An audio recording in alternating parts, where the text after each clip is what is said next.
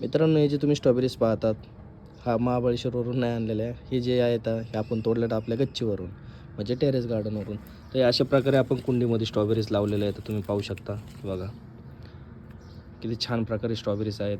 तर हे एक छोटेसे टेरेस गार्डन केलं आहे आम्ही आमच्या गच्चीवरती, ज्याच्यातून आम्हाला असे छान प्रकारे फळं भेटत राहतात. भाज्या म्हणा किंवा फळं म्हणा, हे आम्ही छोटंसं एक एक्सपेरिमेंटवरती ट्राय केलं होतं गार्डनिंग करायचं. स्ट्रॉबेरीज ज्या आहेत म्हणलं एकदा लावून पाहूया येतं आहे का नाही. पण खूप छानपैकी रिझल्ट भेटतो आहे आम्हाला. रोज आम्हाला असे हँडफुल स्ट्रॉबेरीज भेटतात. आत्ताशी मी फक्त 5-6 रोपामधूनच तोडलेत. माझ्याकडे असे 30 ते 35 रोपं येतं, ज्याच्यातून मला इतके छान प्रकारे स्ट्रॉबेरीज भेटत राहतात. तर तुम्ही अजून जर काही गार्डनिंग स्टार्ट केली नसेल तर इझिली करू शकतात. त्यांना काही जादा स्पेस लागत नाही. छोट्याशा कुंडीमध्ये बी तुम्ही कंटेनर गार्डनिंग इझिली करू शकतात. हे बघा, माझे काही रोपं इथं येतं आणि काही रोपं दुसरीकडे बी येतात. तुम्हाला ते पण दाखवतो ह्या व्हिडिओच्या मार्फत मी. तर ह्या प्रकारे तुम्ही स्ट्रॉबेरीज लावू शकतात. अजिबात केअर करायची गरज नाही. असं छानपैकी आता सकाळी मी आलो आहे, तोडलं आहे. ब्रेकफास्टला आज ऑर्गॅनिक स्ट्रॉबेरीज ट्राय करणार आहे.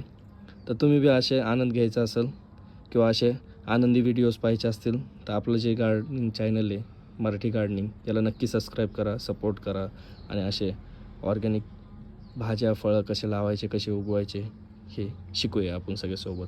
धन्यवाद.